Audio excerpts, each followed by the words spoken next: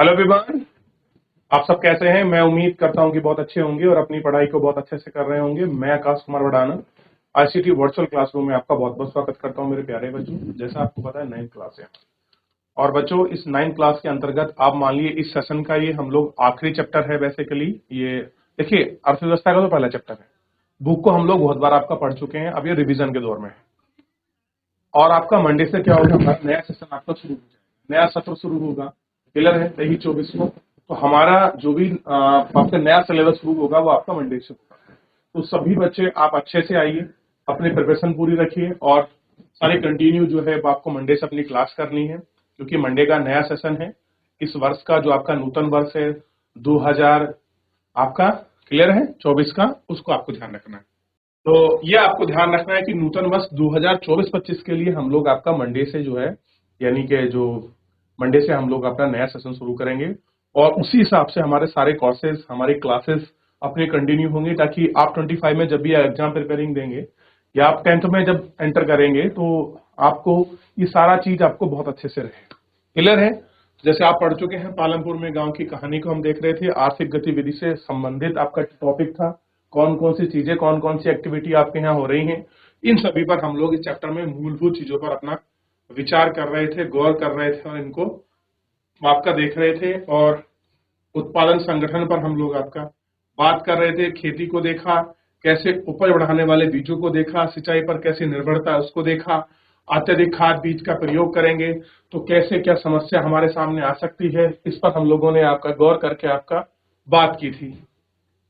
उपज के बारे में देखा, इन सबको हम लोग आपका देख चुके थे। भूमि की धारणा, क्या भूमि कुछ धारण कर पाएगी कि नहीं कर पाएगी, इन सारी चीजों को भी हम लोग आपका गौर करके एक एक करके हम लोग इसमें सबको बड़े अच्छे से आपका देख चुके थे। क्या हम देख रहे थे किस तरीके से खाद बीज का प्रयोग करने में क्या समस्या है, किन लोगों के पास जमीनें हैं, किन लोगों के पास नहीं है, कितने लोग भूमिहीन हैं, उसमें देखे थे कितने परिवार कैसे अपना जीवन यापन कर रहे हैं, कितनी संचित भूमि है, कितनी असंचित भूमि है। चैप्टर में हम लोग देख चुके थे कितने किस प्रकार से भूमि का आपका लैंड का वितरण किया गया है, इसको हम लोग इसमें देख चुके थे। अलग अलग रूप से हम लोग बात कर रहे थे, छोटे किसान, सीमांत किसानों पर हमने बात करी, किस प्रकार से क्या था कमला, और जो है किस तरह से घनश्याम कह रहे हैं कि किस तरह से काम मिलना कितना कठिन हो गया है, खरपतवार निकालने के लिए भी आधुनिक मॉडर्नाइज हो गए हैं, अब श्रमिकों की आपका जरूरत नहीं है। इन सभी को हम लोग आपका देख चुके थे, बात कर चुके थे। चैप्टर बेसिकली हम आज इसमें बात करेंगे अधिशेष कृषि उत्पादों की बिक्री। सबसे पहले आपको एक शब्द आएगा इसमें, ध्यान दीजिए, जो आपको पता होना चाहिए, उस शब्द का मतलब है अधिशेष। तो सबसे पहले आपको क्लियर हो कि अधिशेष क्या है। अधिशेष को मैंने कल भी समझाया था। मान लीजिए एग्जांपल देखिए, आपके पास 100 कुंटल गेहूं हुआ, इस 100 कुंटल में से आपका उपभोग 40 कुंटल है, तो आपके पास 60 कुंटल ऐसा बचा है जिसका आप उपभोग नहीं करेंगे, तो आप क्या करेंगे, आप इसको बेच देंगे। यानी कि ऐसा मात्रा जिसे आप उपभोग करने के बाद जो मात्रा बच जाती है उसी को आप क्या कहते हैं, उसी को हम अधिशेष कहते हैं। क्या बोलते हैं? अधिशेष हम लोग बोलते हैं। जो उपभोग करने के बाद जो मात्रा हमको बच जाती है हम क्या कहते हैं, उसको अधिशेष हम लोग बोलते हैं। कि भैया क्या बना हुआ है, अधिशेष है हमारे पास। क्लियर है? ये हमको ध्यान रखना है। मान लीजिए कि किसानों ने उत्पादन के 3 कारकों का प्रयोग कर भूमि में गेहूं पैदा किया है। कह रहे कि 3 कारक हैं बेसिकली, और उन 3 कारकों में के साथ उन्हें क्या किया है, गेहूं की आपकी पैदावार बढ़ाई है, गेहूं को आपका पैदा किया है। सबसे पहले देखिए, कह रहे कि गेहूं की कटाई की जाती है और उत्पादन संपूर्ण हो जाता है। भैया आपने गेहूं को बोया अक्टूबर नवंबर में और आपका मई जून में आपने गेहूं को आपने कटाई कर दी, तो आप क्या कहेंगे, गेहूं की जितनी कृषि थी, जितनी खेती थी वो आपकी परिपूर्ण हो चुकी है, वो अपनी पूर्ण हो चुकी है। और उत्पादन को पूर्ण होने पर गेहूं क्या करते हैं, परिवार के उपभोग के लिए कुछ गेहूं रखा जाता है और कुछ अधिशेष बच जाता है। सविता और गोविंद जैसे गोविंद के बेटों जैसे ने छोटे किसानों के पास बहुत कम अधिशेष बचता है। अब कह रहे हैं जो छोटे किसान हैं उनके पास क्या होगा, अधिशेष कम बचेगा। मान लीजिए किसी के पास 1 हेक्टेयर जमीन है, 1 बीघा 2 बीघा जो भी आपकी पैमाइश है लोकल हिसाब से, अब वो केवल उतना ही उत्पादन कर पा रहा है जितना उसे अपने खाने की जरूरत है, वो भी पूरी नहीं हो रही, तो उसके पास कहां से अधिशेष आएगा। भाई अधिशेष किसके पास होगा, जिसके बहुत बड़े मार्क्स लेवल बड़े बड़े फार्म होंगे, बड़ी कृषि प्रोडक्शन कर रहा होगा, तो जितना उसको उपभोग के लिए चाहिए वो यूज कर लेगा, बाकी शेष को बेच देगा। अभी तो उसके पास अपने खाने के लिए नहीं हो रहा, तो अधिशेष कहां से होगा? तो ध्यान रखना, जितना भी अधिशेष है हमेशा जो आपके बड़े फार्मर्स होते हैं, जो बड़े किसान हैं, उन्हीं के पास क्या होता है? अधिशेष होता है। औरों के पास जो होता है अधिशेष आपका नहीं होता है। यह आपको प्राइमरी ध्यान रखना है। कह रहे हैं क्योंकि उनका उत्पादन बहुत कम होता है, क्योंकि कह रहे हैं जो उनका प्रोडक्शन है वो आपका बहुत कम होता है। इसमें एक बड़ा भाग परिवार की आवश्यकताओं के लिए रखा जाता है। क्या रखते हैं? परिवार की जो आवश्यकता है उसके लिए आपका रखा जाता है। इसलिए मझोले और बड़े किसान, मझोले मतलब होते हैं मध्यम वर्गीय की बात करते हैं, मंझले, ये मझोले बोलते हैं, और बड़े किसानों की ही बाजार में गेहूं की आपूर्ति रखते हैं। अब देखिए, गेहूं में आपूर्ति किन की वजह से होती है? तो आपको पता होना चाहिए, गेहूं में जो आपूर्ति है, जो आपके बड़े किसान हैं जिनके पास अधिशेष बहुत ज्यादा बच रहा है, वो लोग रखते हैं, या फिर जो आपके मध्यम वर्गीय किसान हैं उनके पास क्या होता है? ज्यादा अधिशेष बचता है, वो क्या रखते हैं? वो इस तरह की सारी चीजें रखते हैं। कह रहे हैं कि चित्र 1.1 में आप लदी बाजार में बैलगाड़ी ज्यादा देख रहे होंगे। आपने पहली इमेज देखी होगी, जो बैलगाड़ियां हैं वो आपका लदी हुई हैं। लदी का मतलब जिसमें वेट रखा होता है, जिसमें सामान रखा होता है, हम क्या बोलते हैं? बेसिकली ये आपका लदी हुई है। बाजार में व्यापारी गेहूं खरीद कर उसे आगे कस्बे शहर में दुकानदारों को बेच देता है। क्या करता है? जो उनके पास सामान है वो उसको ले जाकर दुकानदारों को बेचता है। यानी कि किसान कहाँ बेचता है अपना गेहूं? व्यापारियों के पास। और व्यापारी उस गेहूं को कहाँ बेच देते हैं? जो आपके खुदरा के, जो आपके लोग हैं, खुदरा मतलब जो आपका बेसिकली जो आपके किराने की जो दुकान है उनको हम कहते हैं खुदरा, उनके पास वो बेच देता है। एक बड़े किसान तेजपाल सिंह को अपनी समस्त भूमि यानी कि 350 कुंटल अधिशेष गेहूं प्राप्त हुआ। वह अतिरिक्त गेहूं को वह रायगंज के बाजार में बेच देता है और अच्छी कमाई करता है। अब जितना देखिए उसको पर्याप्त था उन्होंने रख लिया, बाकी से इसको बेच दिया। कहां पर? रायगंज की जो आपकी मंडी थी, और वहां उसको अच्छा खासा कीमत जो है वहां उसको रेट मिल गई। अब कह रहे हैं कि तेजपाल सिंह इस कमाई का क्या करेंगे? अब कह रहे हैं भैया जो उसने गेहूं बेचा है उससे कुछ उनको क्या हुई है? बाकी कमाई हुई है, पैसा आया है, उस पैसे का क्या करेंगे? कह रहे हैं कि पिछले साल तेजपाल सिंह ने अधिशेष पैसा बैंक में खाते में जमा कर दिया था। बाद में इस पैसे का उपयोग सविता जैसे किसानों को कर्ज देने के लिए किया। बाद में क्या किया? सविता जैसे जो आपके किसान थे उनको कर्ज देने के लिए किया। उन्हें कर्ज की आवश्यकता थी।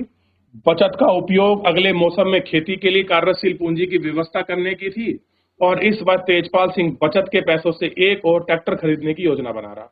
कह रहा भैया जो पैसा बच गया कुछ को ब्याज पर दे दिया, उसके बाद कुछ पैसा आया ब्याज वगैरह से, उसने क्या कर रहे, सोच रहा कि एक ट्रैक्टर और मैं आपका क्या करता हूँ, खरीद लेता हूँ। दूसरे ट्रैक्टर से उसकी स्थिर पूंजी में वृद्धि हो जाती है। और कह रहे जो आपका ट्रैक्टर है उसकी स्थिर पूंजी से क्या हो जाएगी? उसकी उसमें आपका वृद्धि जो है वो आपका हो जाएगी। तेजपाल सिंह की भांति दूसरे बड़े मझोले किसान भी खेती के अधिशेष कृषि उत्पादन को बेचते हैं। कह रहे छोटे किसान है उनके पास भी जो अधिशेष बचता है वो भी उसको बेचते हैं, और कमाई के भाग को अलग अलग मौसम में आपका पूंजी व्यवस्था करने के लिए बचा कर रखते हैं। इस तरह से वे अपने खेतों में पूंजी की व्यवस्था ही बचत कर लेते हैं। कुछ किसान बचत का उपयोग पशु, ट्रैक्टर आदि खरीदने, दुकान खोलने के लिए भी करते हैं। जैसा कि हम देखते हैं कि सबको गैर कृषि कार्य में के लिए पूंजी कहते हैं। और क्या कहते हैं? गैर कृषि कार्य में लगी चीजें हैं, हम उनको पूंजी जो है आपका बोल देंगे कि पूंजी वाली चीजें हैं, ये सारी चीजें हैं। तो क्लियर पता होना चाहिए। अगला है पालमपुर में गैर कृषि कार्य। अब आप मुझे बताइए, अगर पालमपुर में गैर कृषि कार्य हो गए हैं तो गैर कृषि कार्यों का मतलब क्या है? यानी कि एग्रीकल्चर एक्टिविटी नहीं हो रही होगी, और अगर एग्रीकल्चर एक्टिविटी नहीं हो रही है तो इस एक्टिविटी में और क्या हो रहा होगा? सोचिए। हमने देखा है कि पालमपुर में खेती क्या प्रमुख उत्पादन क्रिया है।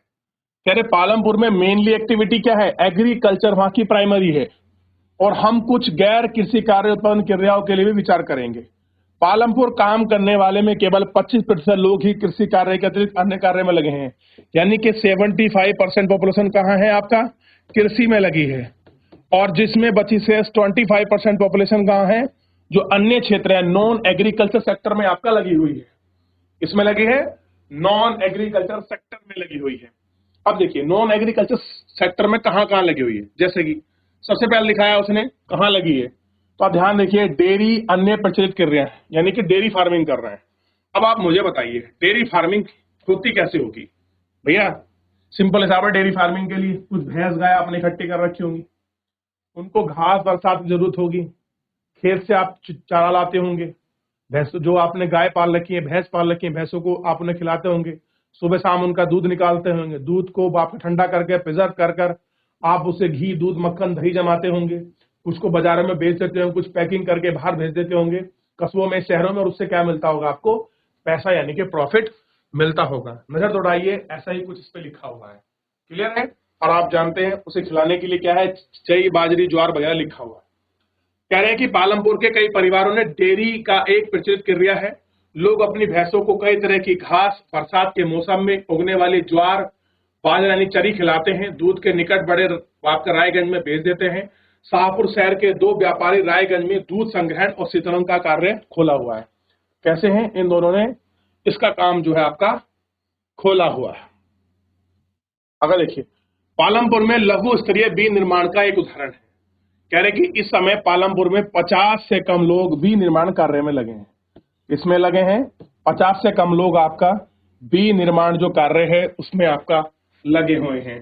शहर और कस्बों की बड़ी फैक्ट्री में होने वाले बी निर्माण विपरीत पालमपुर बी निर्माण में बहुत सरल उत्पादन विधियों का प्रयोग होता है और छोटे पैमाने पर ही किया जाता है। बी निर्माण कार्य परिश्रमिक की सहायता से अधिकतर घरों या खेतों की क्रिया की जाता है। श्रमिकों में आपका ही क्या बोलते, कभी कभार ही आपका किराए पर लाया जाता है।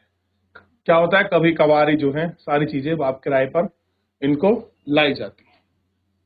ठीक है,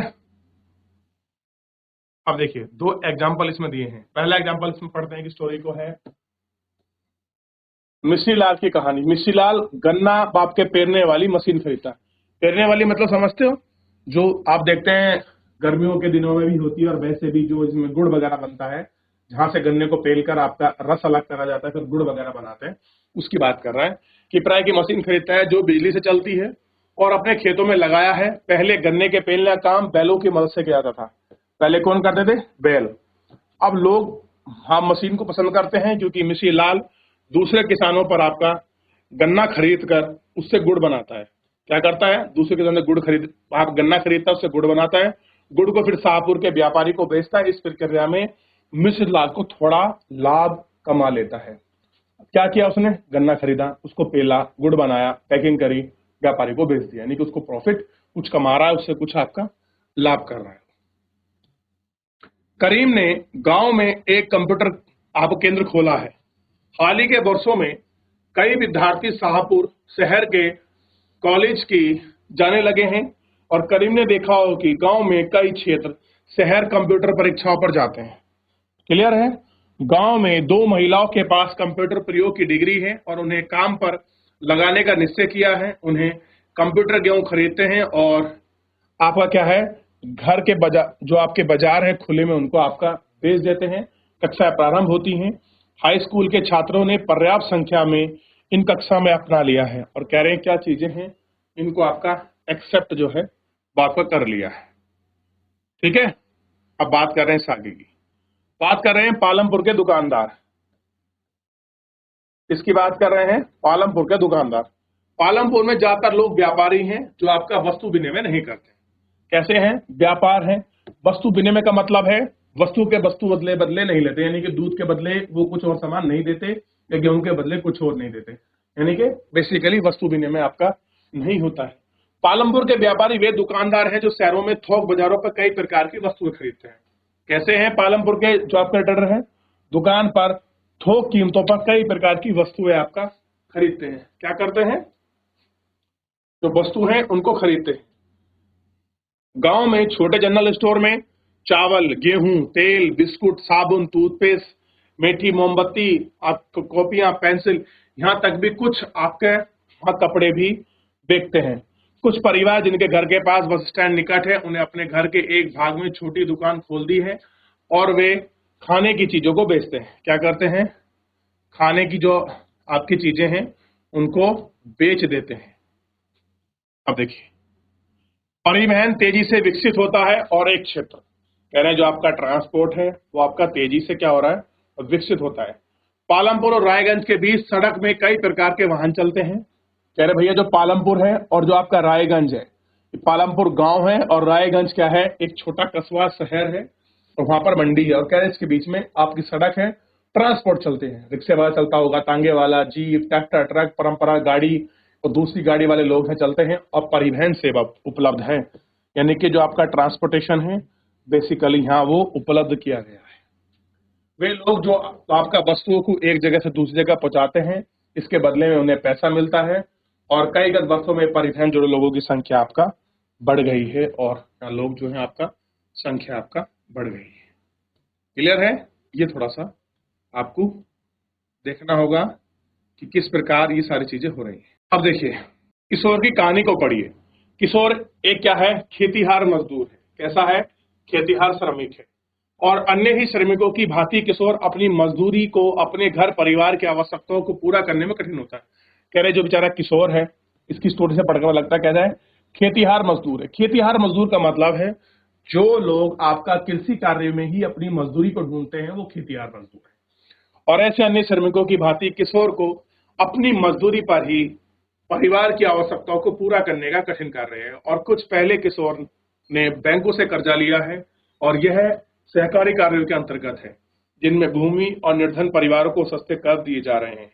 किशोर से इस पैसे में एक भैंस दी गई थी और जो अभी तक उसका दूध बेचना चाहता है। क्या कर रहा है वो? उसको दूध बेच रहा है, वो चीजें कर रहा है, ठीक। और अब वह अपनी भैंसी बाड़ी बना ली है और कह रहे दूध बेच के उसने क्या बना ली, भैंस बाड़ी, मतलब अपनी डेयरी बना ली है उसने, जहां बहुत सारे भैंसे उसने रखी हुई है जिसमें कई प्रकार के सामान ले जाते हैं। सप्ताह में दिन वह गंगा के किनारे बाप के कुम्हार से मिट्टी लेकर आता है और कभी कभी गुड़ व अन्य वस्तु को लेकर शाहपुर जाता है। हर महीने के से परिवहन संबंधित कोई ना कोई काम मिलता है और कह रहे परिणाम स्वरूप किशोर पिछले वर्ष की तुलना में अब अधिक कमाने लगा है। यानी कि क्या कर रहा है बेसिकली, वो कुछ ना कुछ वो आपका प्रॉफिटेबल जो बिजनेस है वो आपका कर रहा है और ये सारी चीजें इसमें के अंदर हम लोगों को देखने के लिए बेसिकली मिल रही हैं और हमको सोचना चाहिए ये प्रॉफिटेबल हो कैसे रहा है, ये चीजें हैं क्या बेसिकली। तो जितना हमने पढ़ा है यहाँ तक, किसी कोई डाउट, कोई क्वेरी, कोई क्वेश्चन किसी प्रकार का मेरे प्यारे बच्चों, देख लीजिए आप एक बार, फिर आगे बढ़ेंगे। तो आपने पालमपुर की गांव की कहानी के अंदर सारी चीजों को स्पष्ट देखा कि कैसे उत्पादन प्रक्रिया है, कैसे एग्रीकल्चर हो रहा है, कैसे नॉन एग्रीकल्चर है, कैसे प्रोडक्शन बढ़ाया जा रहा है, कैसे आपके खेतीहार मजदूर हैं जिनके पास जमीन नहीं है, कैसे अपनी आजीविका निभा रहे हैं, गरीबी में लोग कैसे फंसे हुए हैं, बड़े जमींदार कैसे प्रॉफिट कमा रहे हैं। इन सब चीजों को आपने चैप्टर के माध्यम से समझने का और जानने का प्रयास किया है। पूरा चैप्टर हम लोग पढ़ चुके हैं, चैप्टर ऑलमोस्ट आपका समाप्त हो गया बच्चों। और देखिए इसमें अगर किसी का कोई डाउट, कोई क्वेरी है पूरे चैप्टर में कहीं भी, तो आप मुझसे लाइव जुड़कर चैट के माध्यम से आप अपने क्वेश्चन को, अपने डाउट को आप मुझसे पूछ सकते हैं। कोई भी बच्चा किसी भी स्कूल से, ठीक है। अधिशेष मैं आपको समझा चुका हूं, अधिशेष ही आपका व्यापारियों के पास पहुंचता है, किसानों को अधिशेष से ही पैसा बचता है। कोई जो अधिशेष है वही अपना प्रॉफिटेबल के रूप में यूज करते हैं ताकि और एसेट आपका बना सके। क्लियर हुआ इतना सभी को? ध्यान दीजिए, देख लिया? तो मेरे प्यारे बच्चों फिलहाल आज के इस लेक्चर में इतना ही और इस सेशन में भी मिलते हैं नए सेशन से। तो आज के लिए इतना ही। मैं उम्मीद करूंगा कि आपको हमारी क्लासेस बहुत पसंद आई होंगी और आपने बहुत अच्छे से पढ़ा होगा। धन्यवाद।